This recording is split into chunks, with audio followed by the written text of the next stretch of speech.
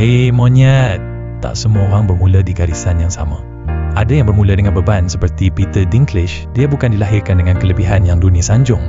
Dia lahir dengan dwarfism, membesar dalam masyarakat yang cepat menilai rupa dan memasuki industri yang suka mengehadkan potensi manusia berdasarkan fizikal. Selepas tamat pengajian dalam bidang drama, hidupnya penuh penolakan.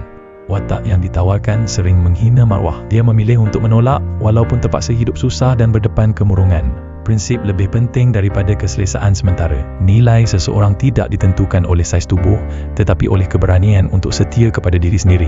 Tahun demi tahun, dia terus berusaha sehingga bakatnya akhirnya diiktiraf melalui The Station Agent dan kemudian Game of Thrones. Watak Tyrion Lannister membuktikan bahawa kekuatan sebenar datang daripada pemikiran, kejujuran dan ketabahan. Hari ini, Peter Dinklage ialah pelakon bertaraf dunia, pemenang 4 anugerah Emmy, seorang suami dan ayah yang berdedikasi. Jangan biarkan dunia menentukan had hidup anda. Teruskan melangkah walaupun perlahan.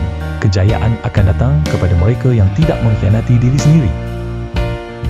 I'm guilty of being a dwarf.